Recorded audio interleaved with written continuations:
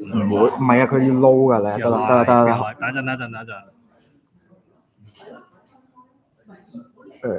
PowerPoint 係嗰第二個係應該係呢個。Yes。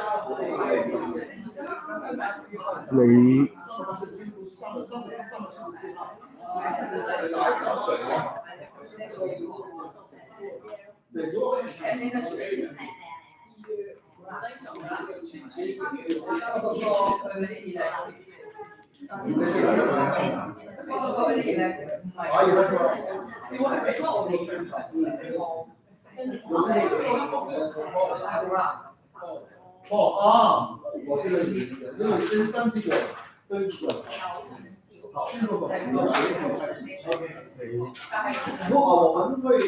坐喺嗰度，我試下咯。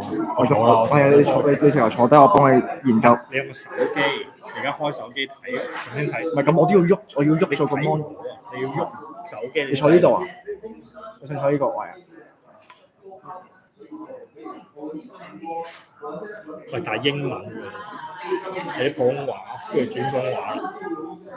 我都唔係。唉，睇先。影唔晒最主要而家咁樣。我試下先，你諗下。唔係你唔使喐㗎啦。假設我喺呢度。而家你自己啦，你應該移過嚟咁樣，斜地。而家啱㗎啦，而家睇落我哋個樣都幾正路先啦。因為我哋可以咁樣嘅。正路都 OK， 靚仔個正面先咯。但係就 cap 唔到音嚟㗎，一定要依度先 cap 到個音，係嘛？係。除非有咪，大概冇咪揾唔到。係喎，唔係啊，咁其實呢個 live 唔用，唔係要行過嚟呢邊咯。唔係，我知啦，冇辦法啦已經，只能夠去到好近就得啦。開咗係嘛？開咗。唔係，你直頭有實地，我直接試咪得咯。你就要試聲啦。我講嘢，我講晒聽到。Hello。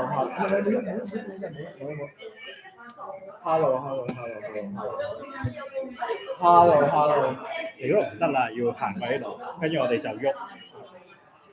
Hello。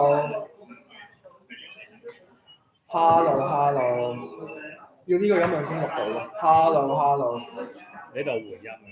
所以可能鬧邊大聲啲，佢喺側邊嘅喎。唔係呢度，一直都喺呢度。我哋換位啊，一直。唔係一定要呢度。換位咯。因為唔換位咧，個 live 係收唔到個聲，完全收唔到。我諗呢個唔好怕3個人啊，就唔係咁有3個有 panel 㗎嘛，咁點解唔好怕3個人啫？你明唔明有 panel 傾偈㗎嘛？我傾偈最多擺近啲。係啊。傾偈擺中間。鬧邊大聲少少。傾偈擺中間都得。中間錄。你一俾我嗰啲人，唔係俾呢度都得。要打翻嗰個位，打翻嗰個啱啱開始。用翻一開始個斜角就算，近少少就 OK 啦，唔好俾啲水擋住聲咯。個聲幫你試下去講嘢，我聽唔到。點樣咯？聽唔聽啊？我行去嗰邊。你行去遠啲啊 One two three four。講緊嘢。Can you hear me? Hello, 1 2 3 4。聽到。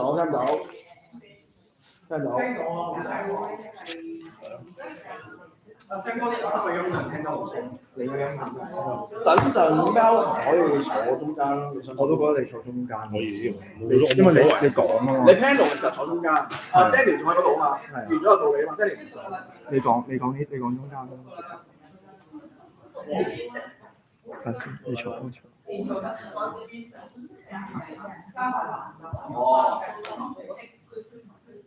我哋加埋。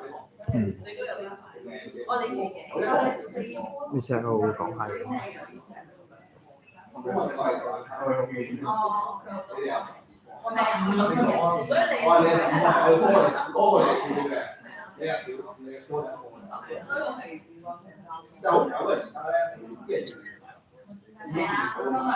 開頭記得我阿何總咧，即係阿路易斯佢係都係做銀行，佢做跟住我點解啲嘢係現做得順嘅嘢咧？呢啲計算嘅，計 regression 嘅嘢。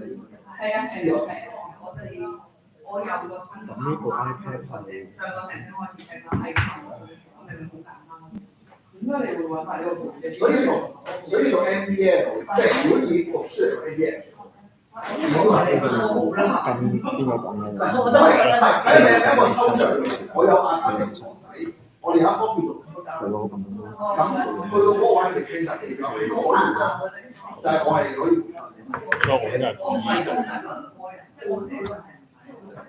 咁都唔係，即係睇你個思維嘅習慣。有啲係佢話卡條思維就係你好複雜，你話俾我哋都咁樣。Carol 就話卡條咁係表現都係好勁啊！我識晒呢個係卡條，但係你叫我複雜，我 set 啲嘢點做唔得，即係有時係會真。所以就好似美白咗咁。佢本身係有少少白嘅算。好似聽唔係好多，有幾多人啊？冇人啊！你咯，我啊，應該都冇。正常嘅，你試下正常嘅音量，你覺得你用大聲？好難試。Hello everyone, hello。跟住仲有個因為今日好 presentation，跟住我嗰個同學因為已經2、3年啦，跟住我唔翻啦，跟住我啲 friend 話 send 自己最新資料網上，我冇所謂啦，跟住你5分鐘夠啊，老師真係少。就你啱啱嗰啲 hello 嗰啲都聽過，你啱啱咁樣，咁你啱啱冇再大聲，你大家應該會大聲啲嘅，聽到。咁未必要調位。呢個非常之好。你兩知我你覺得我撚幸運咁樣將啲字放喺呢度，放喺呢度，呢個先係喎。即係你我唔係㗎，我食三科，其實有一科可以啱啱我睇到。你試試每一版先。你遮晒呢張。係喎，不過唔緊要，都冇唔覺得啲人睇你。遮埋你個樣先，下而家呢批遮住咗你下面個。唔緊要啦，下次就要小心。要知原來喺嗰個框嗰度。你記住，老師係所以佢其實即係我有啲老師係好多人啱啱最多有個60。我有一個係好認真咁樣，我俾埋真佢都唔走。好認真。我都係，我中意後咩阿 Joyce 嗰啲，阿 Joyce 時咁啊，佢開咗個攻略小組啊嘛，即係 NBA，跟住佢話呢科咧就唔好讀，呢科就唔好讀呢個老師，佢有攻略。我哋都係。嗰個係㗎。你後生我年代食少都食兩嚿食啲先啦，大家先坐。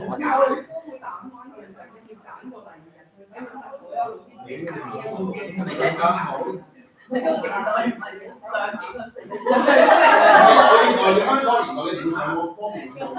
我嗰時就係咧，我哋唔識調啊，啲人喺電腦室咧做 F5，我叫佢調咗3個鐘頭，我要創一科出嚟，跟住等個科結出嚟係成個。嗰年代係咁樣咯，好似啲人俾人偷貨啊，跟住打成一手交一手，喂，偷咗我！係啊，好啲。我上我成日係自己做翻咗，跟住俾人 rest 手，咁我都搞天地。跟住我今個星期我要 break 你唔好等做咗個禮拜。唔係因為舊身係 break 先嗰時，舊身係全身係最後嗰一個係做嘅嘢，但係因為我臨尾啊嘛，臨尾嗰兩個成日係唔得嘅。係梗係嗰度啦，你得翻嗰啲。我今個成日淨係硬砌。算啦。我都冇啦，埋尾冇嘢揀。我唔可以再有人飲酒，只有小酒。我哋下過年咧有機會講啲新聞。你睇下有冇想一齊做？因為都係 passion 嚟嘅，passion 係呢個第10年香港 AS 啱到你開咗佢話佢有 connection 係識幫人揾啲新人啲成功嘅，而可能會幫我哋肯講嘅團隊啦。就希望我哋啲 connection 可以多啲啦。始終我哋帶工呢就唔都係算數啊，即係後邊我哋嗰班人覺得好勁，咁遲都做唔出嚟。有啲我見到仲有何炳英文啊，有一啲 A 啊咁樣。而家仲有人準備緊。我覺得最好水㗎啦。因為但係好多書唔得講，係因為加拿大係新破嚟，但英國佢今年大選應該都唔係兩個唔知啦，好亂啊！咁而家猛批緊喎，就係因為大選唔係如果今年其實如果冇運頭就係啦。我投票唔係投影響我哋啲 policy。hello。Have you registered? What was it? Oh, Ep1, yeah, we didn't see that anybody.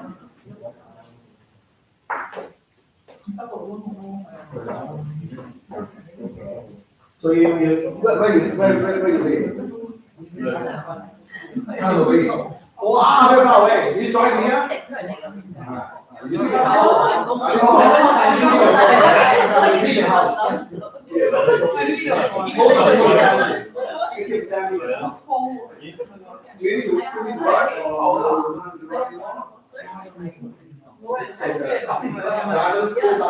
maybe 20 years ago.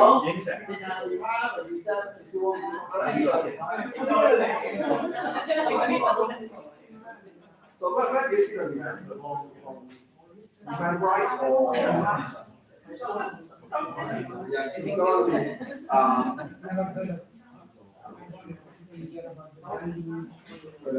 yeah, he can come, but we will talk. Yes, because the way we manage, he can share a little bit. It's like he have some big family issue that can come. But my background is very Asian. I can tell, but I'm not in practice in the country. So, but you have questions to ask because we have examined many property every year, and what we see that when you buy property, people don't care about the evaluation, but if the value are not smart enough, there will be a big problem for mortgage. So the house people are not. Let me know any question that we have to do. 唔知係咪佢識自己識咗頭先？我開係咯，我哋大家如何嘅？係咪自己咧要 check 啲時間？樂師傅就係都係香港人，佢就去咗 Brisbane，佢做 social work 嘅，都係讀書過嚟。咁佢就我就開翻呢邊分會啦，佢就開咗收 Brisbane 分會，自己做風水師傅。咁下一次就會揾佢講下，而就因為佢第一個有啲有傳係呢邊都唔係好多啲房嘅有玻璃嘅，即係有鏡嗰啲櫃，其實佢都係覺得唔好。所以下一次就會叫佢加喺呢度嘅一個 architect 講下點 design 先係好。希望可以了解多少少。好嘛，老闆。好 ，very good。我爭咗 ，OK， 好啊 ，good 啊，爭咗啦。兩個，多咗一個。應該係 Nixon。有冇見過 Melbourne 啊？Melbourne 呢個公司老闆都係香港人，早你少少嚟咗20年到。Patrick 本身幫襯我哋買1205定邊間嘅，跟住最後冇成到事。爭啲。唔係買店有一間唔賣，跟住就係啦。係，我覺得所以我咪話一次咪同阿 Chris 講話，究竟係我跟佢跟嗰次嗰個 case 嘅，咁就係呢位兄弟。最後非常好，買到一間8881+1嘅，真係有 studio 嘅。一車位，一車位。個價啱啊，40零。潮西嘛？係潮西嗰邊睇水咯。佢嗰邊好似全部嗰啲一房單位都係潮嗰。就有睇。如果唔係一 bed 一 study 係，如果一 bed 嘅話就有其他低啲啦。不過最後因為嗰次其實本身即係睇本身即係 Sam 嗰邊嗰個單位，其實本身我期望都幾大，就諗住因為我哋睇咗我同我女朋友睇咗差唔多3-4個月，然之後最後真係覺得嗰一個當靚嘅嘢。佢喺 N set 做嘢啊嘛，再買咯，行過一陣。睇下點先，好似啦，唔係而家都算係而家我都覺得起唔到啦，而家嗰啲價，即係起唔到意思係即係譬如你而家50萬我就買翻嚟，即係我俾個錢你，你買笪地幫我起一個咁樣嘅嘢，自己做唔到出嚟，所以我自己第一個單位嗰陣都係喺 Covid 啱啱轉嗰個時候，咁嗰陣揸住差唔多8年，咁我諗住真係我哋有一間屋嘅啲嘢，我有呢一個係我女朋友嘅名哦，係咯，你呢幾年又買一間咁，今次唔下次睇下點先啦，醬即係要睇下生意嗰度點醬好多頭。佢都係做唔係做 interior design 係啦，做設計同埋室內設計仲有，咁有 side business 㗎嘛，你都好多嘢啦。即係室內設計嗰個啱啱開始做，佢都做啲 furniture 嚟嘅，喺大陸有廠嘅。哦，應該唔驚嘅，如果肯做好多嘢做。而家啲人肯做嘅，睇下點啦，係咪先？你肯做你去做咩 checking 啊，咩 gas checking 啊 alarm checking 自己做可以。有我諗住咩都做，不過而家最緊要係因為啱啱開始，之後跟嘅人咧，即係呢邊跟嘅人得我同一個設計師朋友，咁所以我而家跟緊一個項目，咁呢個項目係當一個電成間翻手。但係 design 都好貴，1萬蚊有4000。我哋係做我哋係聯入嘅，唔係啊，直入啊嘛，咁佢 sponsor，咁你係應該要有翻個，然之後但睇唔到啊嘛，本身睇到，我研究下，係基本上一條。最緊要係我哋要做埋手，因為呢一度好多 furniture 公司，然之後我哋呢一邊係同即係一啲 furniture 公司然之後合作，然之後睇下究竟即係嗰個點樣，即係同佢哋標就點樣合作，即係如果個客想收翻啲唔要嘅 furniture 賣咗佢，或者係話喂呢一度即係譬如佢咁樣，我哋一幫你收，我哋一幫你收，可以收，可以啊。Hello，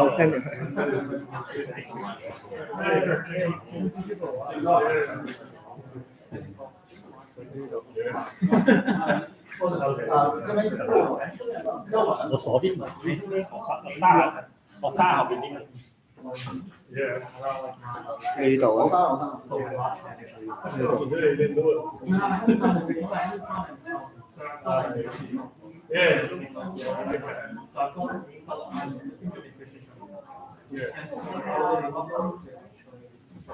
我這個沒有狗。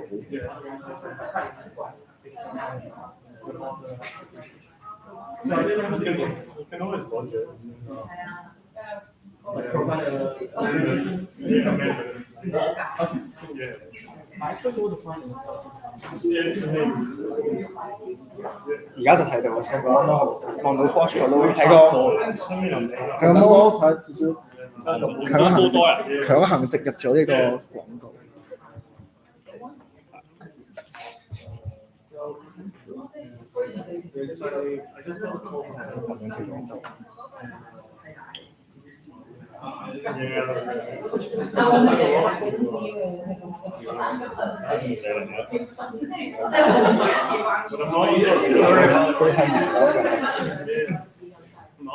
要個交流，平時有啲咩聽唔到嘅，mix 啊嘛，唔聽。一個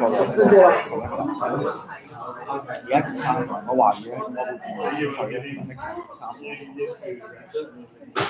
個。咩話？mix 話要撐佢本身話，佢話會喺下邊水軍1號留言攻咗嚟鬧你，淨係追你。冇捽地啦，講笑啊！邊個捽地啊？唔係啊，逐個插咯。喂，冇問題啊。唔係直接check 我2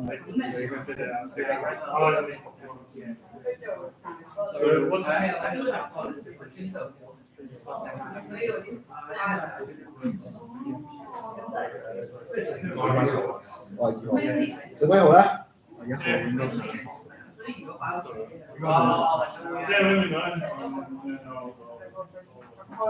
有幾人睇人？你可以睇到你3個，2、3個。 4個而家，嗱啲 sample 1個啊嘛，我啦，呢度啦，同 Nixon 都係嗰啲嘢啊。但嗰個唔計嘅，嗰個唔係啊！我話你呢部機同我部機同埋 Nixon 四部機。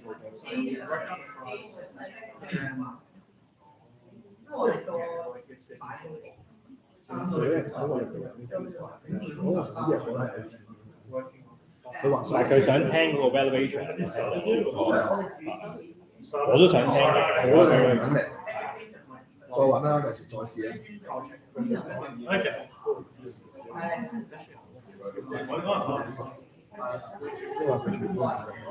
遠啊！機場站。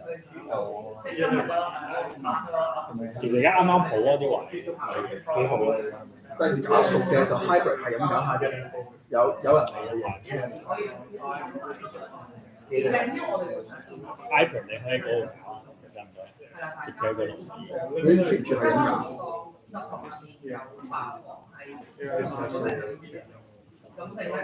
好盡好晒㗎啦。咁就睇下應該如果我唔飛血，我哋可以長都唔影真大。應該而家影嘅先，啲人走啊點解？而家影啊，唔係等間開始，唔係開始，而家新家走啊！你叫 send 波，而家同佢哋講聲。開前先影咗張先。差唔多啦，而家所以同佢哋講聲5分鐘，影張相3分鐘。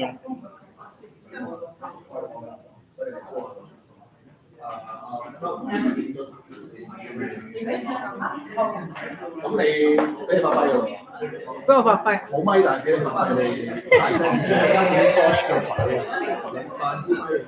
5你想幾時開始？我哋5分鐘開始啦。5分鐘。5分鐘開始嗰陣時，開始就影張相先開始。OK。邊個部電腦最靚？佢就可以參。頭咁大嘅。我哋有少少反光。你最靚。我冇廢，我部都13，你一部。我哋係咪要調位啊？唔知啊，應該唔覺得俾佢哋擺布。唔使啊！你講完到去㗎，係咪坐你嗰位度？哦，OK，轉，我哋轉。試過錄到唔好喐。唔使喐，唔使唔係，咁等阿咩轉過嚟呢邊。純粹嘅嗰度喐得行。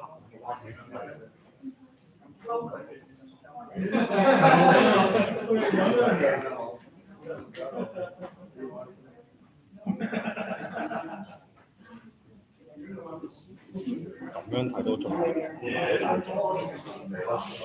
我好大隻咯，但係。你成日你唔係啊！佢話做運動，佢覺得自己唔係啊！佢覺得自己我好大隻喎而家。我認為自己粗到好大隻嘅。咁咪蝕啲喺個膊頭。有㗎啦，呢啲西裝已經我西裝冇事，本身有。阿梅啊嘛。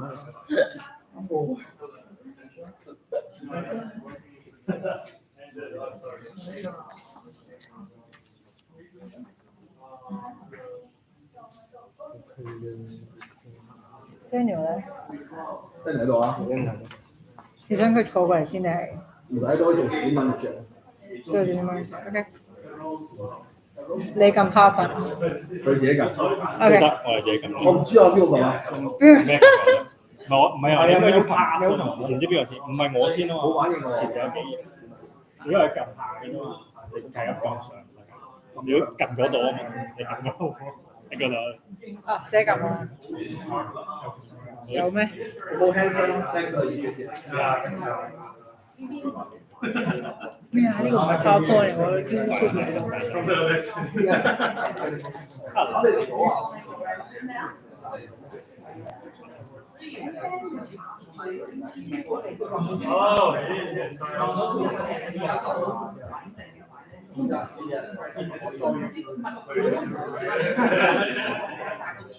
啱啱 OK。手動㗎。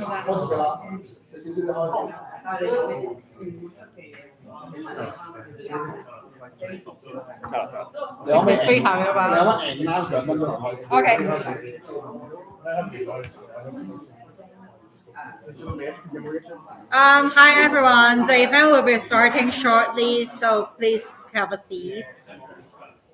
唔知上邊做嘅，冇啊。So you just the screen just okay. Just 自己講。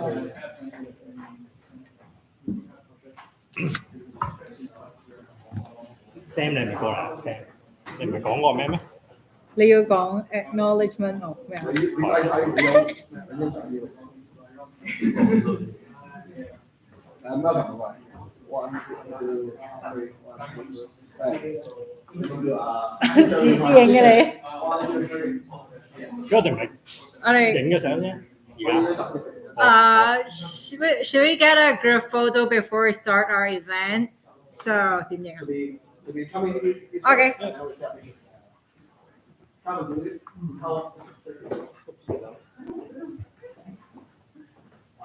Should we sit here?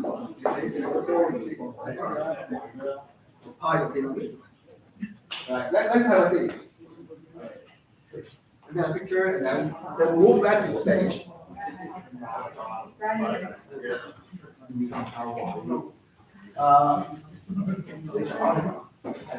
So someone sitting here, make the game full. Alright, I say, how do you know how you? Okay. Look at the camera. 3, 2, 1, cheers. Again. 3, 2, 1, cheers. Okay. alright, thank you so much.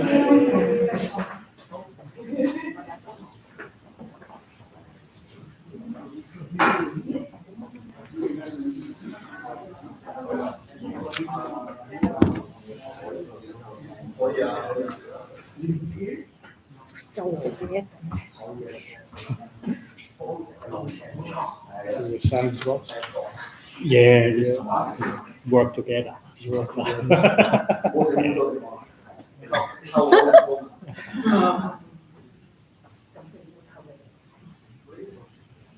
Alright, that's it. Let's start. Okay, please have a seat. 我幫你搞。 Okay. So, good evening, everyone. Welcome to the JCI Melbourne's industry event. My name is Naomi, and I'm honored to be your master of ceremony tonight. I'm also a proud member of JCI Melbourne, a non-profit organization established in 1936, dedicated to empowering young leaders and professionals. Tonight, we're kicking off the Perfect Home, Perfect Life series with episode 1, Discover Your Home's Hidden Value. The event is being live streamed on YouTube. However, only the speaker will be filmed. To begin, I'd like to invite our JCI Melbourne President, Sam, to the stage to deliver the acknowledgement of country. Thank you. I would like to begin by acknowledging the traditional owners of the land which we met today. I would like to pay my respects to the elders, past and present. Thank you, Sam. Please stay on stage as we take a moment to recognize our esteemed guest and speaker for tonight. First of all, we have our sponsor and also one more speaker, Malcolm from the Fox Property, Andy Malcolm. And also we have Daniel. Daniel is a JCI Melbourne treasurer, also a chartered accountant, who is also a speaker tonight. And so thank you, Naomi, for today for chairing the event. So we're going to have a very good event. See you later. Thank you, Sam. Without further ado, let's get started. Our first speaker is Malcolm, Managing Director of Forge Property. With over 12 years of experience in the real estate industry, Malcolm has successfully sold over 1,200 properties and currently holds a portfolio of more than 10 properties.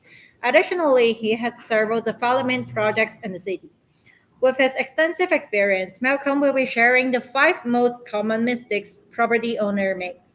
I'm sure we'll all gain some valuable takeaways tonight. Malcolm, the stage is yours. Thank you.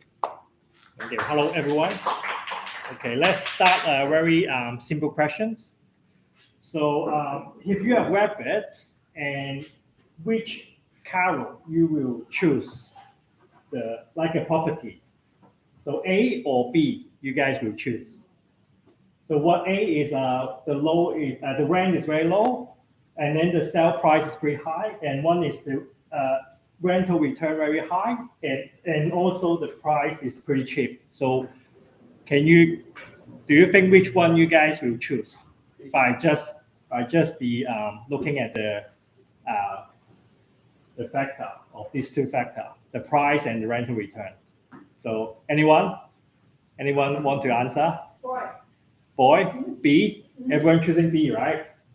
But actually, to buy property, we need to look more details. So let's see what we should look to. So we are not only based on the rent and the property price. We should also look into the contract and get more information before you buying properties. So what factor we should go through? So it's the outgoing. So in the contract, section 32, we will have all the outgoings, the OC fee, council rate, water rate. So some of the apartments, they have very, very high outgoing, and especially when they have some defects or structural issue. So I would strongly recommend you guys to avoid this mistake, to get a solicitor or have a look yourself for the high outgoing. And also for house and land package or buying house or townhouses, I would strongly recommend you to have a look the map for the easement. Sometimes you will find out a same side of land, but they are 50,000 cheaper. It's not because they just try to make it cheaper. It's because the easement may be in the center of the land. So when you start building something, you have to build it on the corner, and then most of the land will be wasted. And also the last one I want to mention here is the heritage building. So I will share a little bit more of my client story later, but when you see the heritage building, just try to, if you're not an expert, try not to buy this kind of building, okay? So this is number one. Oops.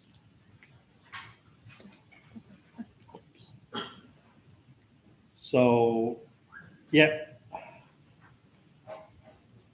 So the first mistake is try not to focusing too much of the high rental return with apartment without considering maintenance and renovation costs, and just beware of the outgoing. And many investors underestimated the ongoing expense like strata fit repair and no tenants, and the most important thing is the cladding issue. So on this side, you can see in British and Docklands, like cost.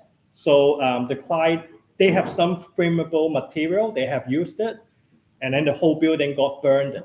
So in the city, you can see some of the second-hand property, they are very underpricing. You will see a one bedroom, maybe 250, or maybe a two bedroom under 400K.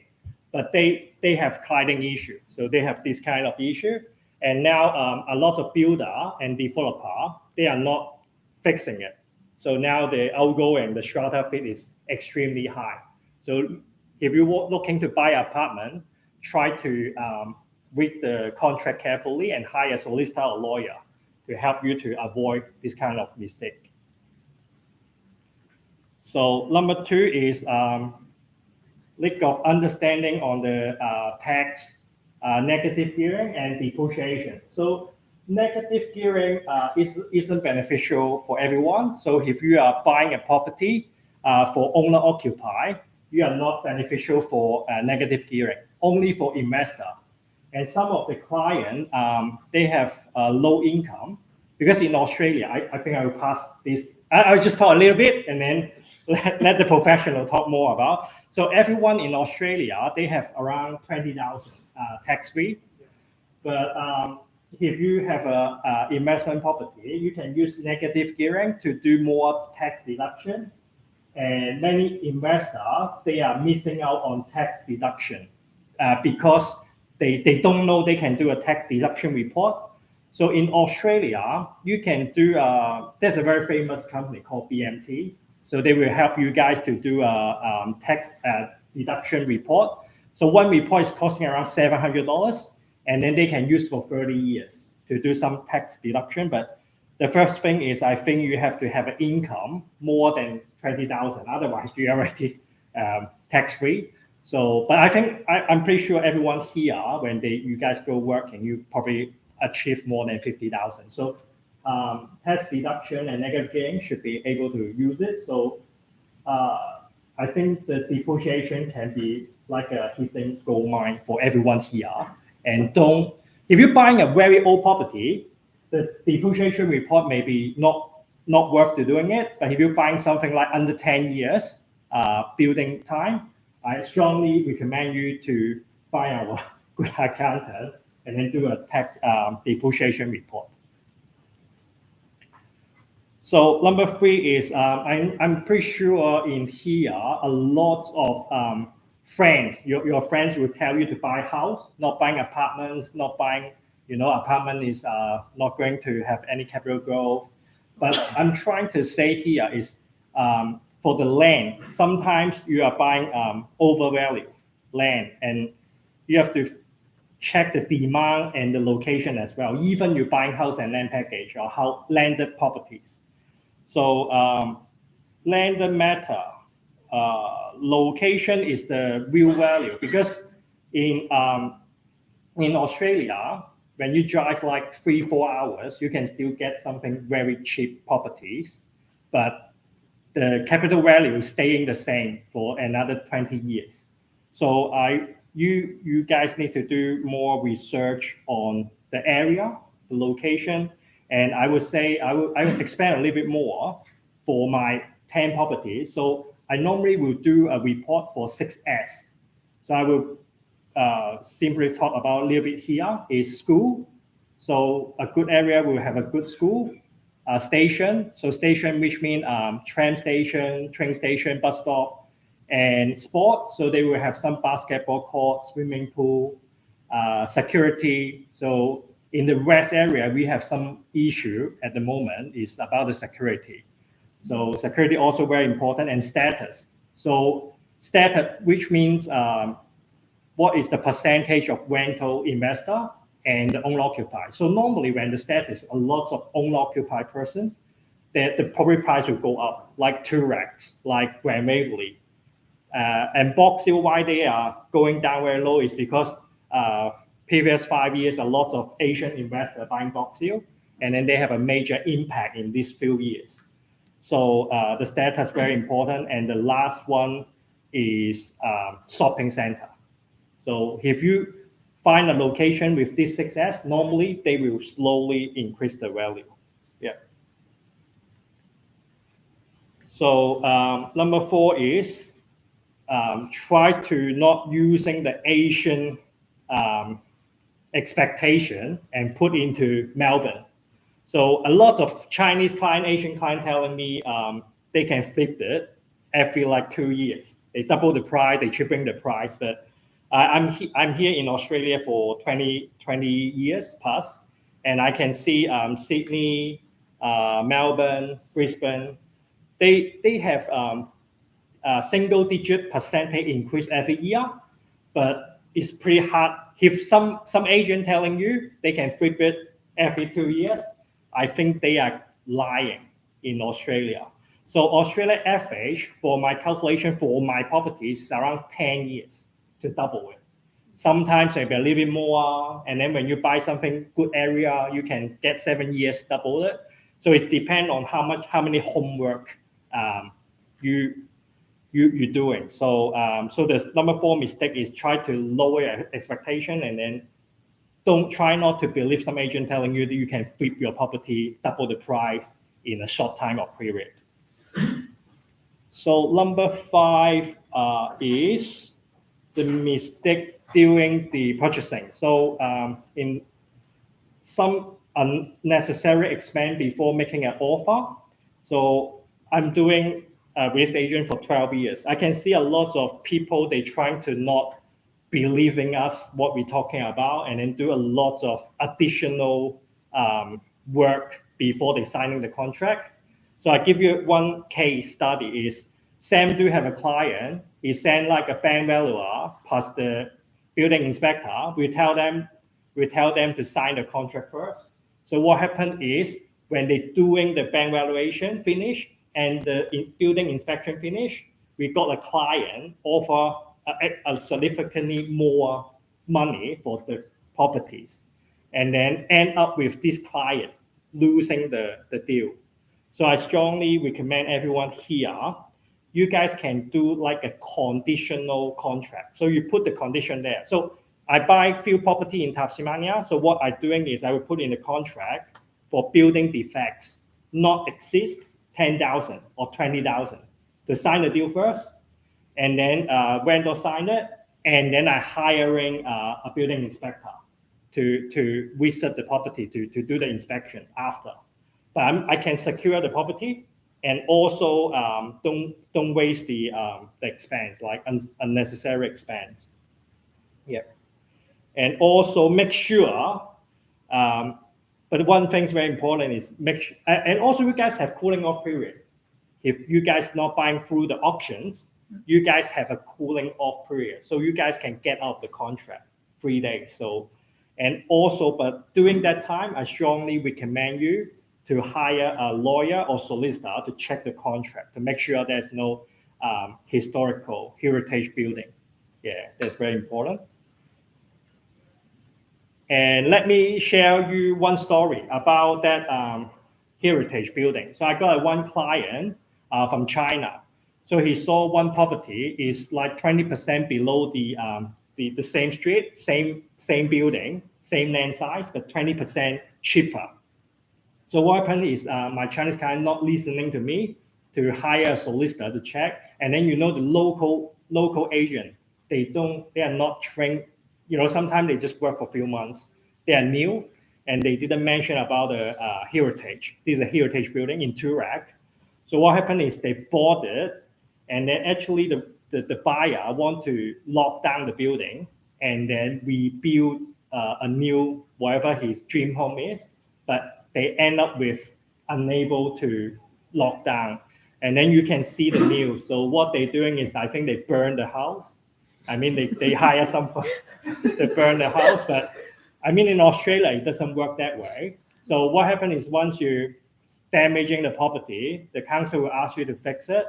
And then what happened is the client tried to ask the engineer to draw plans and permit. So they draw it and then they submit it. But I'm telling you, they will not approve your building. They need the historical building to build back. So there's a horrible first-hand story that I'm sharing here.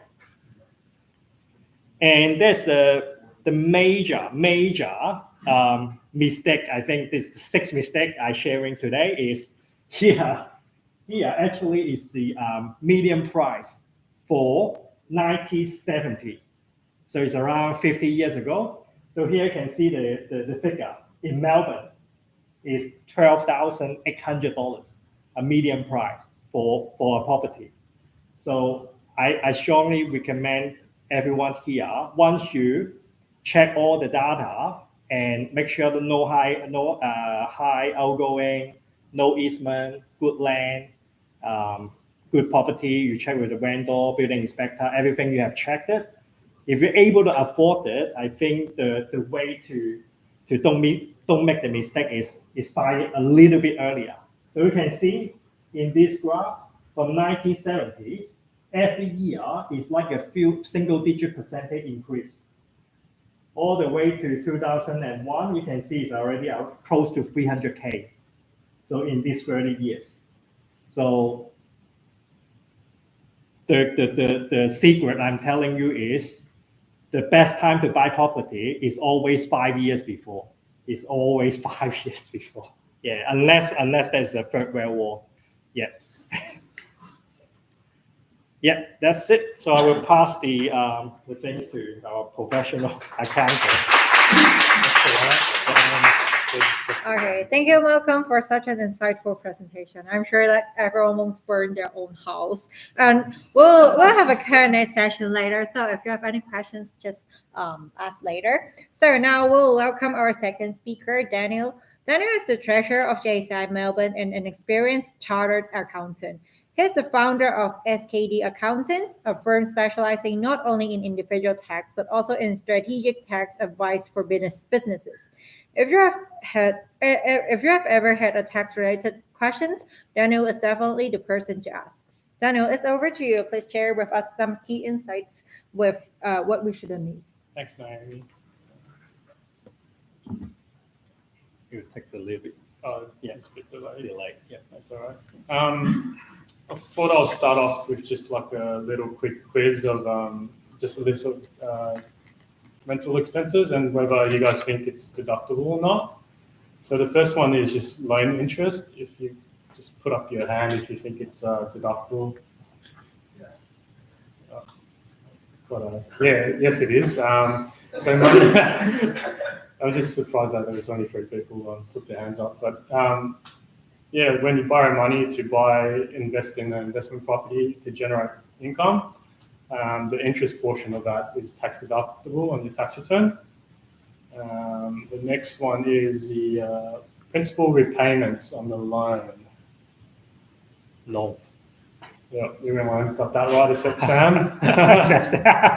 So principal repayments is just like a repayment of like a capital portion of the money that you borrowed.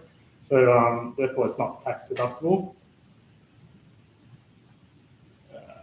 Repairs and maintenance before renting the property, so before you get the tenants in, is that tax deductible? That's a bit of a, sorry. No. That's a bit of a tricky question. That really depends on whether you had the property available to rent. Even if there was no tenant in, it may be tax deductible, depending on whether there's it's renovations or like you're simply replacing something. But there is an ATO rule that where the initial, like you bought a property that's in a really bad state, and the money you spend on that to repair everything, that's falling into the initial repair category, and that is deductible, but over a number of years, so you won't get that immediately. I suppose the next one is renovations. Yes and no, as that's not deductible immediately. It will be depreciable over a number of years as well. And depreciation, Malcolm touched on it before. Yes, that's tax deductible. As Malcolm mentioned, you can get a surveyor report. That cost is about $770 to $990. Now that cost to get the report itself is tax deductible as well. And to me, depreciation is it's a non-cash expense. So it's like a added bonus of having a rental property because it gives you an extra boost in your tax refund or tax savings. Listing fees for a rental property. Tax deductible. Yeah, that's tax deductible. It's an expense to help you earn that rental income. So yes, it is. And the last one is if you bought a property in Queensland and you got on a plane and flew there to check on the property, would that be tax deductible? Used to be, right? Yeah, it used to be. I can't remember when they took it off. Yeah.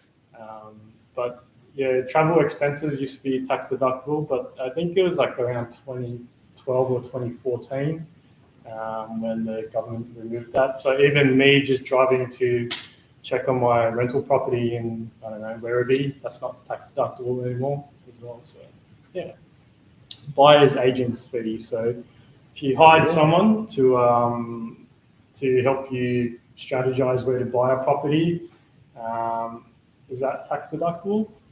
I think so. No, it's Not really. Not before buying. not before buying, because it's before actually buying a property. I had a friend that did the tax return. I didn't do it. They did it and put in 15 grand of the fees in there. And the ATO came back and questioned it and knocked it back. So they had to pay 15 grand, 45% on that. It's like 9, half of that. Like, yeah, 7.5. And so, and then you got to pay penalties on top of that. So yeah, just don't put it in the tax. So not tax deductible. Yeah. The next slide is just some benefits of investing in property as an owner-occupier and an investor. Now, as an occupier, you obviously get the main residence exemption. So if you live in it, there's also a 6-year rule in there as well, which that's if I bought a property, I lived in it, and then I moved to the UK to work for, I don't know, 5 years. I can still continue treating that property as my main residence for up to 6 years and sell it with no capital gains implications. There's also first home buyer grant and stamp duty exemptions for owner-occupiers. There's a first home buyer grant of $10,000 if you buy off the plan or you sign a contract to build. And there's stamp duty concessions if you buy up to $650,000. That stamp duty is exempt from that. And $650,000 to $750,000, there's a reduced rate. Anything above $750,000, you'll have to pay the full stamp duty. And you can claim home office deductions as well. If you run a business from there, there might be some CGT implications on your main residence exemption. So you can obviously claim your electricity and internet expenses at a rate of 67 cents an hour. You'll need to you'll need to justify it somehow through a diary or a work roster. But just be aware that the 67 cents rate, that includes your mobile phone and internet. So sometimes you're better off just claiming that separately. You can also claim it using the actual cost method, but that you need to work out how much your light uses each hour of electricity and then go to your electricity bill to work it out. So that's a bit of a pain. So usually I'll tell people just to use the rate or just claim the internet and electricity expenses. Now, for deductions for investors, is if you're an individual or you hold it in a trust, you'll get a 50% CG capital gains discount if you hold that property for more than 12 months. And we've been through a number of the expenses before in my quiz, so loan interest, depreciation, repairs and maintenance, council rates, advertising, pest control and gardening. They're all tax deductible if you incur in the course of renting your property. And that's just the 5 types of holding structure that you can buy a property in. I'll go through each one and just touch on them briefly with the pros and cons. With individual ownership and joint ownership, I'll do them together because they're pretty similar. It's just easier to set up. You can just go out and buy a property in your own name or in a partnership. You get the benefit of holding the capital gains discount if you hold the property for more than 12 months. The cons are you're stuck with that rental income. If you don't have negative gearing, that just adds to your taxable income. You're going to pay tax on that, the net rent. And obviously with joint ownership, that's the same thing as well. You're stuck with the 50-50 split. Family and unit trust. Some people prefer to use this just for added asset protection, especially if you have a corporate trustee. And also, if you have, if the properties are not negative geared, you have adult children over 18, you can split that net rent income to their kids who's on a lower tax rate than you get the 50% capital gains discount as well. So unit trust, that's a fixed percentage, but you get I normally advise people to use a unit trust if they're doing property development, just to keep the added asset protection, and just the split between each partner is fixed, so there's no real arguments there. Now, the cons of the family and unit trust is if you have negative gearing, that loss is stuck in there and you can't use it to offset your own personal tax income. With a company, you get the benefit of the family and unit trust, except for a capital gains discount. You get the benefit of a asset protection and a 30% tax rate. So it's a bit, if you have no adult children and the CGT discount doesn't really bother you, the company is a good option as well. And self-managed super fund, that's a bit more complex. That's with people that have, I suppose you can use your superannuation fund to invest in property, and that is tax concessionary at 15%. Now the benefit of that is when you obviously you can't use the property when it's in the super fund, and when you can't use it until you're 65. So when you're 65, you can pay it out as a pension to you and transfer it out. But the other benefit is when you retire and you're in full pension mode, and when you sell it, the capital gains is tax-free in the super fund. And the next one is, I've already touched on that just before, so I'll just skip along. Just the other thing I wanted to just bring up is just be aware with partnerships. Just make sure to clear it up with your conveyancer, because there's a difference between joint tenants and tenants in common. So with joint tenants, there's a right of ownership. So what that means is one partner dies, that partner's share goes to the other partner, where it is tenants in common, there is no right of ownership. So if one partner dies, that share goes to that partner's estate, which goes to the spouse or their children. That's pretty much it from me. I'll hand it back to Naomi. Thank you, Daniel. It's incredible to see how. Thank you, Daniel. It's incredible to see how understanding property ownership, whether the personal or use of investment, can significantly impact our financial outcomes. So now we'll move to panel discussion. In this segment, our speaker will dive deeper into key topics, sharing the insights and engage in our open discussion. I'll be moderating the conversation and we'll explore different perspectives on property ownership, financial strategies, and common pitfalls to avoid. Before we begin, here's how it will work. I'll ask our panelists a few questions to get conversation started. Each speaker will have their opportunity to share their thoughts and experiences.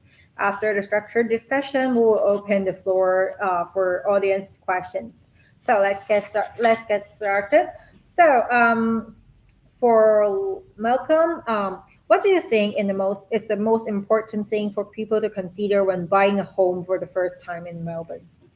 Investment or owner occupied? Owner occupied. Owner occupied. So I think you need to find something you can afford, like get your budget first, go to the bank, check your maximum borrowing capacity before you're going to like bargain with the agent, because otherwise the agent is trying to help, but they need to know how much you can pay first, and then all the agent try to, they're working on behalf of vendor, but they also at the same time, they trying to sell the property, make the commission. So sometimes just tell them what's your borrow capacity. So they will able to, because some of the agent, for example, I send some of my staff to other agencies to have a look, but when the other agent talk to you, but when your finance is not ready, they not even send you the contract sometimes. And then you can't do the mistake that I'm talking about, doing research, check the outgoing, because they don't even send you the contract. So get your broker ready, check your borrowing capacity, and then get your solicitor ready, and then get the building inspector ready before you're going to trying to start the buying property journey. Yeah. So thank you for answering. For Daniel, many first time home buyer are worried about like the cost of home ownership. So what's the unexpected cost that people should be aware of? I think this unexpected costs. I think it's things like settlement, settlement costs that water rates and things like that gets added onto your settlement, your purchase price. Things like stamp duty. Some people don't account for that in their budget when they're looking out for a property. Just be aware that gets added onto the purchase price. Did you say first home buyers? Yeah, first okay, home buyers. Keep it at that. Okay, thank you, Daniel. So for choosing the right property, what's the best advice you can give for people who want to enter Melbourne property market right now? Yeah, what advice for? For Yeah, people who still. want to enter I think market. I can use my case for my first property. So my first property actually in Williams Landing, and that time I'm really tight of the budget, so I'm not able to build two-level double story. But I'm a little bit regret that I should pay 50,000 that time. At that time 50,000 for me is a lot, but I should ask for help from my parents or wherever. Should build double story because the price now is a huge difference. The double story in Williams Landing probably worth around 1 million now, but now my property only worth for 850. So if I pay a little bit extra that time, I can able to earn another 150,000 now. So so the first thing is do homework and then get into property market as soon as possible. My first property I think is 2010, I think 2010 when I start my first investment journey. Yeah. Mm-hmm. Thank you. And maybe with all the changes in property market, is there any way for us to protect ourselves financially when buying a property? Yeah, I suppose as when I was discussing the different structures, there's different ways of if you're investing in property, there's different structures you can put it into for asset protection. So if you're running a business in a trust, for example, you can set up another trust or company to keep it separate. So if you run into problems with that business, all the creditors can't get to that property is separate, and just protected. So. Okay, thank you. The last question is that you have said we should invest our first property as soon as possible. But for accountant, when is the best timing for buying and considering buying a property? Yeah, I think one of Hong Kong actor I like, he said he called it when the time you can afford the property is the best time to buy. So I think it's correct. But one thing I need to be mentioned is if you are overseas buyer, pure overseas buyer, just beware of the extra land tax and the extra stamp duty. I think at the moment this code doesn't work for overseas people. So I think overseas people try to do more research now and just beware of the land tax, because I think most of my clients overseas now, they didn't make money from the investment. Yeah, but local people, I think the government now is doing the best they can to let all the people who have PR here to buy some investment property. I think a lot of apartment in the city or in the suburb, the price is very, very undervalued. So for example, something around 500K, 600K. I'm a developer as well. And if you give me 500K, 600K, I can't build something like this. The land cost plus the wages plus the build cost I think it's around 800K to 1 million. So now, because of the government land tax and the government actually stopped the bank lending money to overseas people, they need to get the bank loan, the mortgage loan from the private funder. The interest rate is really, really high, so they have to sell it. So they are actually paying around close to 10% more than us, than who have PR here. Yeah.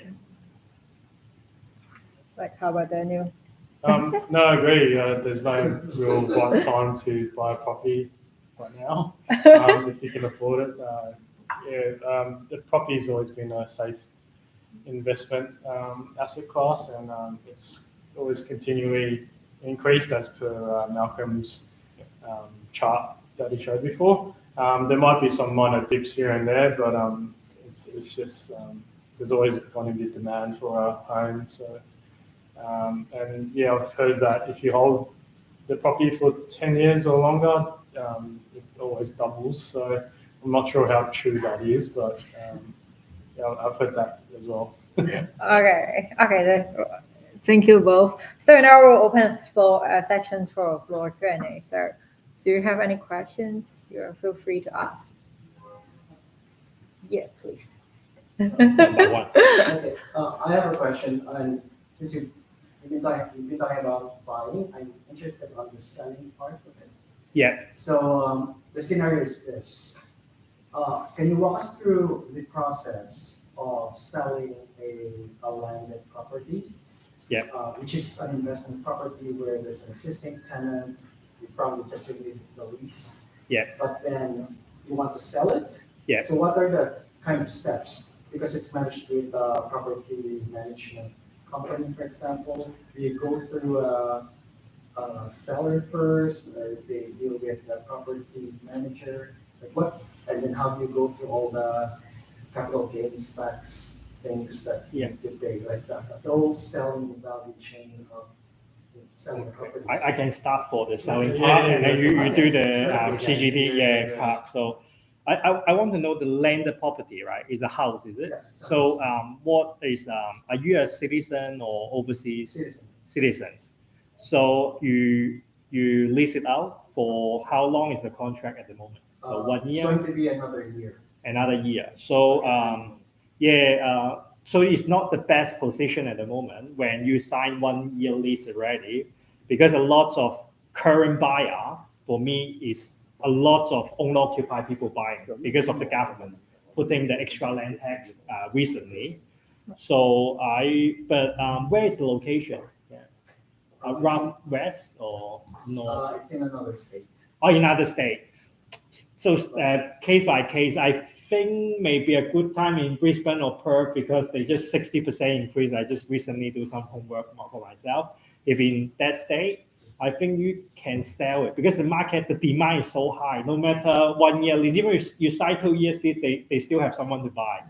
Yeah, so really depends. But the best position is if it's apartment, I would say just put month by month listing. Just try not to extend 1 year. Month by month, because apartments sometimes take a while to sell. But houses, landed property in Melbourne, I think we just need to kick the tenants out and then maximize your profit. Is my experience. That's the best. Yeah. So can I know which day your property is? We can all, even though there's a 1 year contract with tenants, there's usually a 1 month notice in case. Not possible. I don't know which day, but in Melbourne, once you sign the 1 year lease, you can't kick the tenants out. Yeah, you cannot. In Melbourne, but in other state maybe. Okay. But in Melbourne, once you sign 1 year fresh lease and then someone buys it, we have some case before. So what happened is I still help you to send the notice of vacate of owner want to occupy, but they can refuse. And then once you go to the vacate court, they will say use the rent to rent someone somewhere else, because you already signed the lease for 1 year. Okay. You want to live in, use the rent somewhere, and then move in next year. Yeah, they will do that. So month by month is better, because you can just send 60-day notice. I think the government tried to increase to 90 days recently. So yeah, 60 days is the best. Yeah. With the capital gains side of thing, I assume you've held the property for more than 12 months. So to work it out, it's basically you can kind of estimate it right now with what you guess you can sell it for at the market value, and then work out how much you bought it for, adding your stamp duty and your various other costs involved to acquire that property. And then just the market value usually is higher than what you bought it for. So that minus what the cost, that's your capital gain. And because you've held it for more than 12 months, divided by 2, and just multiply it by, I assume it's in your own name. Yeah, so just multiply it by your tax rate. If you're on a 45% tax bracket, just multiply by that, and you can get your estimated tax. Yeah. So you have to go for an agent to get that listing, right? Yes, you have to find it. Do you want to sell yourself? Because in release.com, I can see some people, some company will do sell by owner. So you can also actually do it, but I strongly recommend you to find an agent. It's not because I'm the agent, it's because the agent will try to maximize the profit for you. And if I will tell you, if they know you are the owner, I'm telling you the client will keep calling you every day and bargain the best price because they know they can deal directly to you.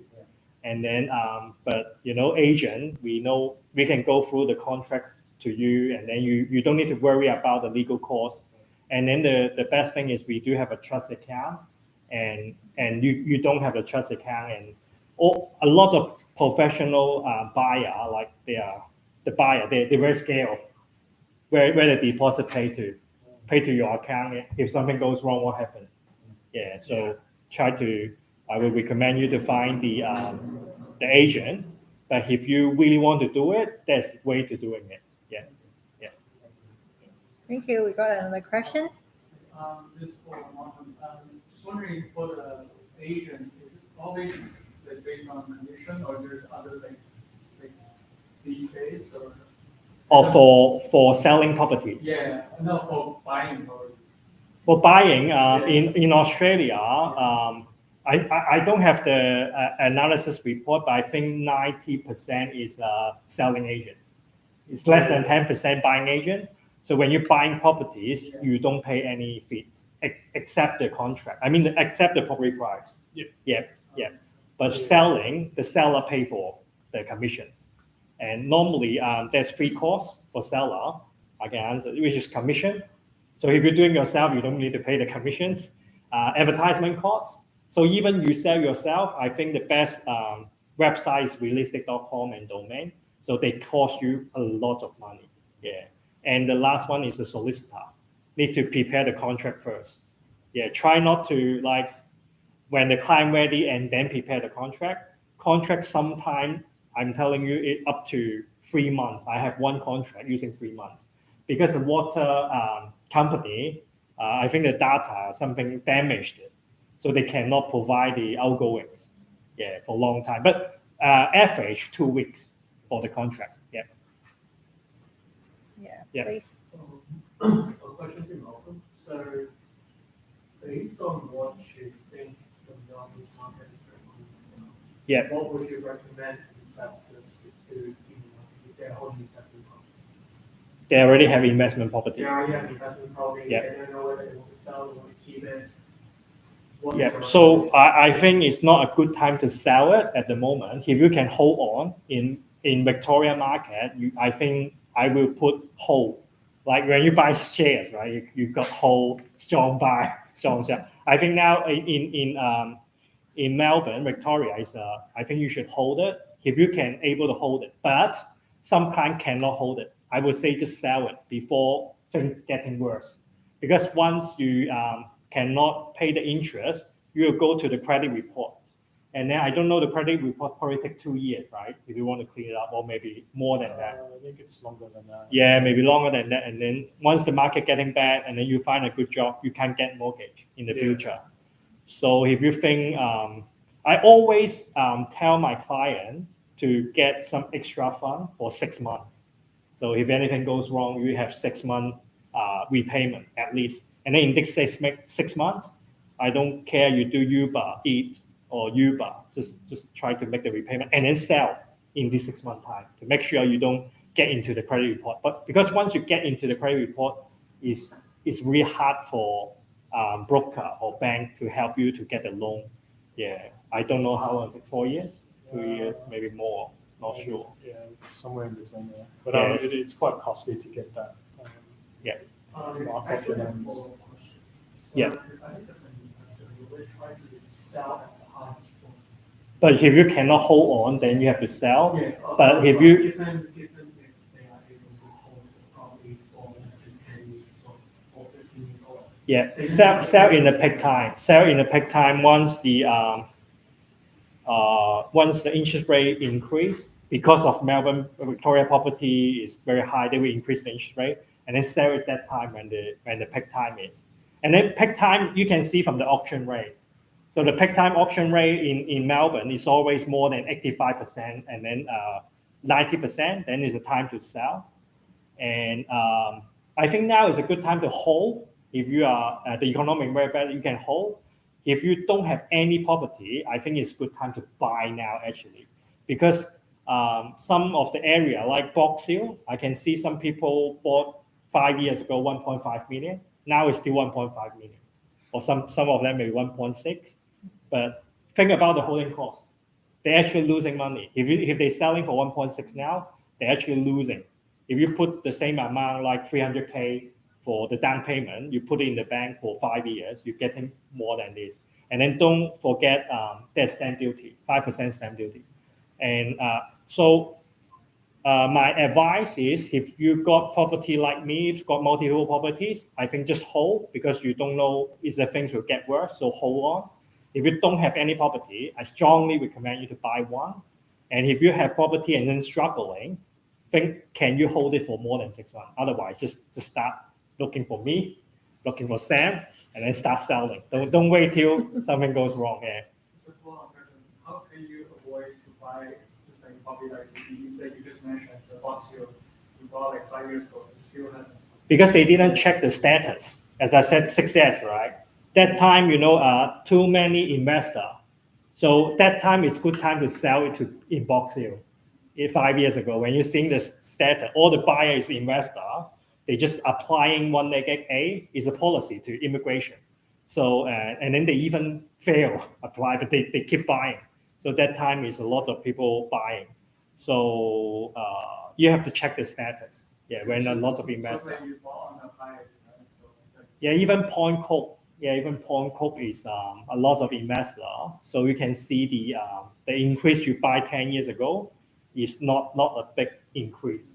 Unless you buy K9 Alimenta School Zone in Point Cook, then you have a big increase. The rest of the Point Cook, you just have a small increase. But that's why I said even have a lot of investor in Point Cook, you have a small increase. That's why you should get into the market first. Yeah. Is that only for investment, or let's say I need to buy one just for myself to occupy? So that doesn't matter if it's if you only occupy, if you're able to afford, then buy. Yeah. No, don't worry about the economic. When you're able to afford, when you think you will not lose the job, for only occupied stock, I think you can buy anytime you want. But make sure the God of shares say that try not to buy something very expensive, which is the repayment is really, really high. You cannot afford. Just try to buy something that you can afford. Because in Australia, in Melbourne, a lot of Wingwood used to be a very bad area, Mitcham, but they still have a good. Sorry. Used to be very cheap. I mean, when 20 years ago, you get it used to be very cheap. Mitcham, even Wanturna, those areas. No one want to live there before. Mulgrave. Yeah, but now you can see they hit 1 million. Yeah, it used to be like 350. Yeah, at that time. Yeah, just buy something, have success, because those areas do also have shopping center, tram stop. Yeah, everything. Yeah. At the start of the presentation, you mentioned about not everyone is suitable for it. So what sort of people or what sort of strategy is actually suitable? Yeah, actually Malcolm mentioned that, but it's all right. I'll answer. Yeah, well, Malcolm mentioned that if you're on a lower income, like 20,000 and below, you're getting tax free anyway. So what's the point? Most of the time when I see people, they're on quite high income and they're always paying tax, I'll say, hey, have you ever thought of buying an investment property when they get a gearing? Because what that does is it helps reduce the amount of tax you pay, and also you benefit from capital growth from the investment property as well. At some point in time when you sell it, obviously you get capital gains tax, but that comes back around to having the property in the right structure as well. But as sometimes I'll have a client that has a business in a company that's doing really well, and we'll recommend to put the property in the trust just for protection. And because the business, I mentioned before, the losses get stuck in the trust, but because the business is doing well, I can always funnel dividends across to suck up that loss. So there are ways of going about that. Okay, so for last question is for Malcolm. It's from our YouTube live chat. So which suburb and type of property you recommend for investment in Melbourne in this moment? Okay, I think it depends on your budget. So if your budget's under 1 million, I think you have few options. But if you're more than 1 million, then you have other options. So it really depends on your budget, right? Like everyone knows Turek, they doubled it every 10 years. But I will say some suburb. Let's say I think Box Hill actually maybe a good time to buy, because a lot of investors like selling at the moment. But you have to accept they are very crowded and a lot of Chinese. Otherwise, if you're looking for the west, maybe Williams Landing. The north, maybe northwest, Sticker West, they're sort of under 1 million, and Cranbourne, Berwick, something like that area. So it really depends on the budget. It's case by case. I can't really answer these questions. Yeah, maybe ask accountant. What do you think? Like, which is the best suburb? I think it's Turek though. Yeah, I wish I could buy something in Turek. Actually don't have an answer. Yeah, it's very, very hard. It depends on your budget. Yeah, sort of. Yeah. Yeah, it depends on your budget, and I think I think most places in Melbourne are good to buy now because the prices are stagnant. I think even Bowen is a good time to buy. Bowen's always a good place. Yeah, good time to buy. Yeah. It depends on your budget. If your budget is around like under 3 million, I think Bowen. And even Doncaster. The Doncaster have a massive crash like recently because of the security in the Westfield Shopping Centre. Lots of U crime at the moment. Yeah. So if you think that U crime will not last forever, then I think even Doncaster is good time to buy. I think I saw something under 1 million, like a house. Like I think 10 years ago, 1 million. I live in Doncaster. I think Doncaster a little bit. Good time to buy. Yeah, Melbourne's a good time to buy because compared to other states in Australia, I think I'm not sure if that's right, if I'm saying the right thing, but other states are quite overvalued, like Queensland. They went up heaps during COVID, and Melbourne sort of just stagnated. So some people say Melbourne's quite cheap. So, yeah. So I was just some information that Mel was saying that back record in the market report.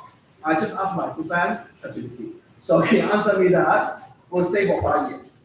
If there is a case of very severe issues, we'll stay in your credit report 7 years. So which means that will be stopping you to capture the growth. For example, you want to buy now or next year, but you can't do anything without cash. And second thing, we have been many times they buy property for one reason. Because buying property and doing repayment is cheaper than the rent. So people say, hey, I will be kicking out for the property every year.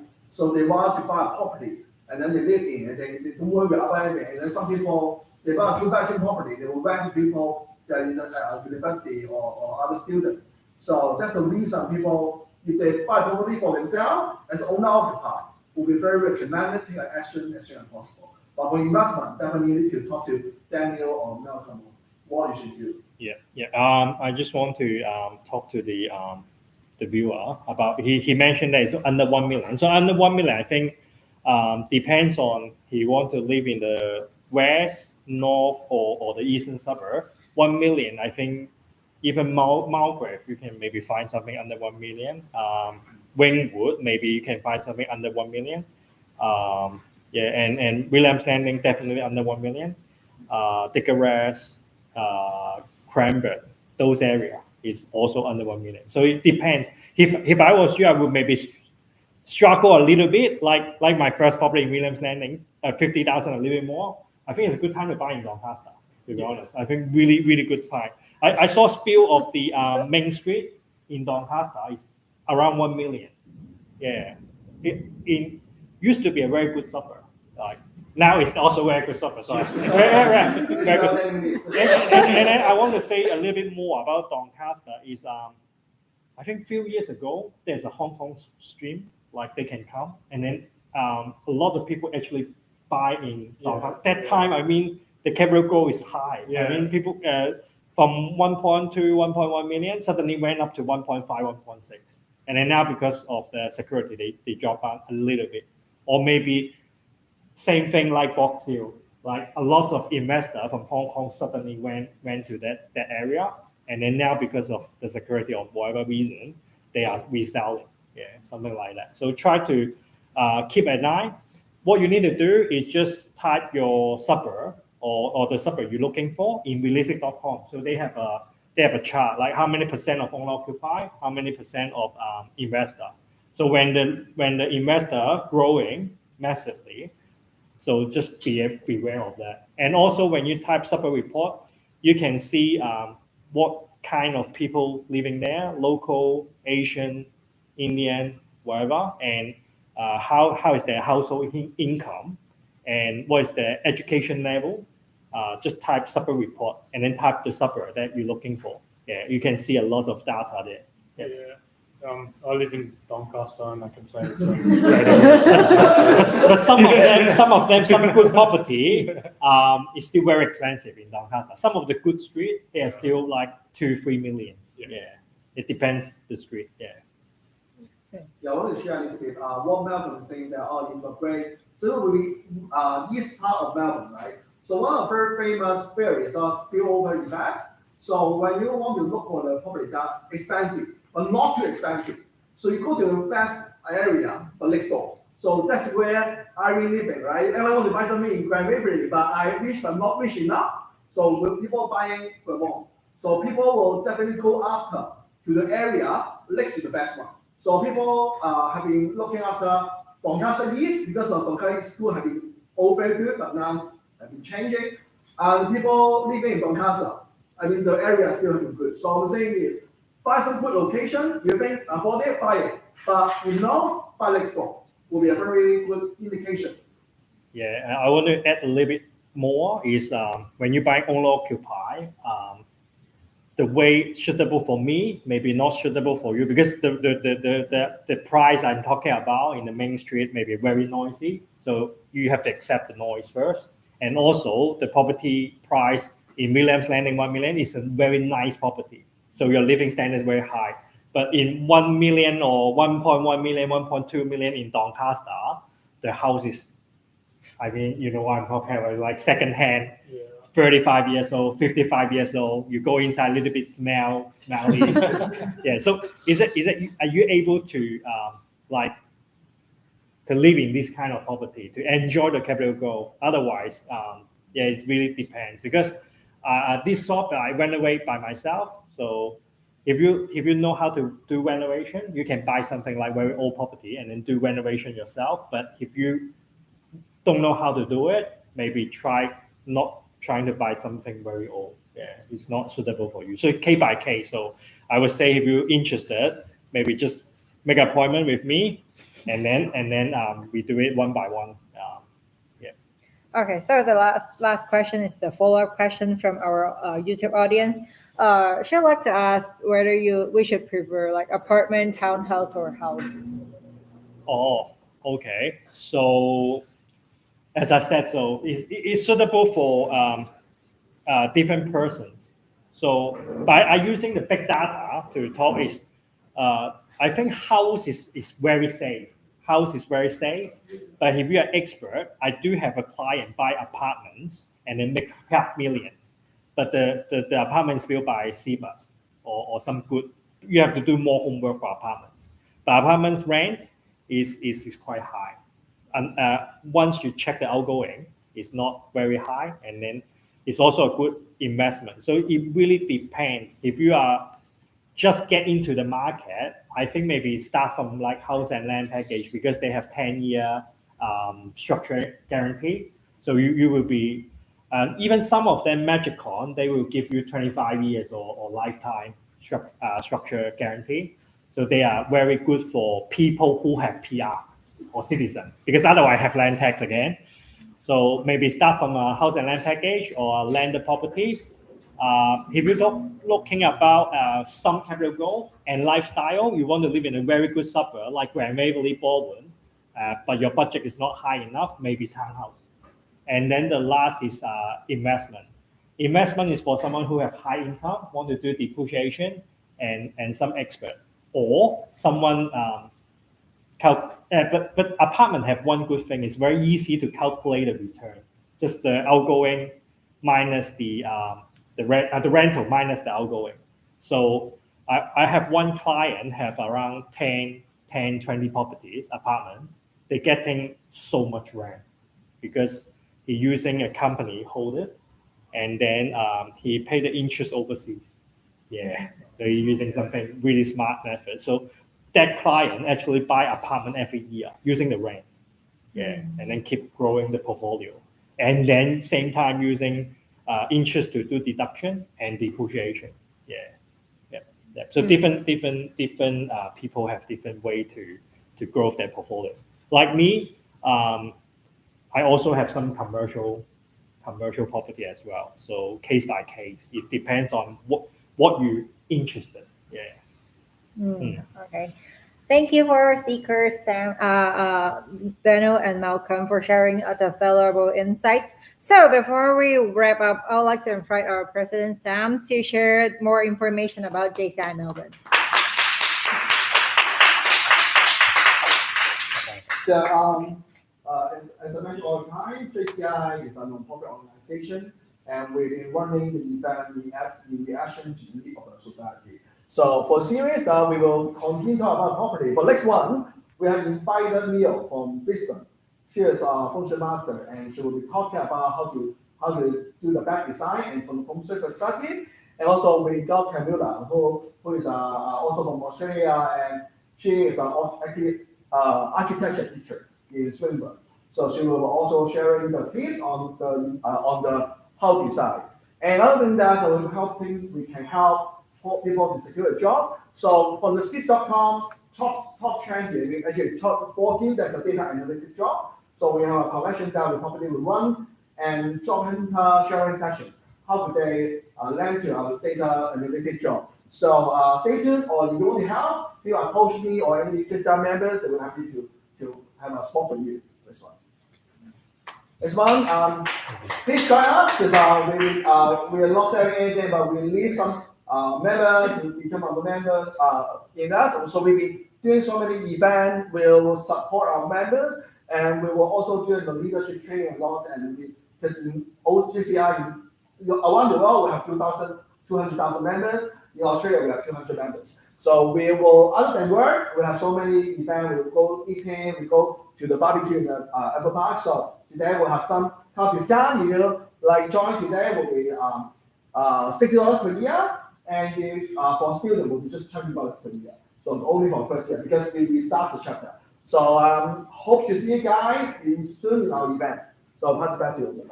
Okay, thank you for joining us tonight. I hope you have had a great time, and we are looking forward to seeing you in the next event. Enjoy the rest of the evening, and we can continue our networking section right now and enjoy the refreshments. Thank you, everyone.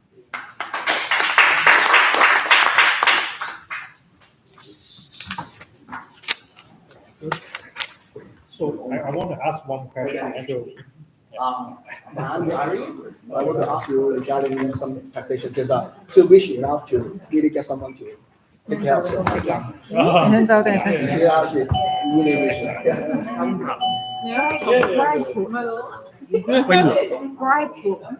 我哋刪咗。sunshine 中間嗰個。係啦，我知道，我知道。 I 就係 bright B R O K Y B R O O K。喂，剪咗。做得。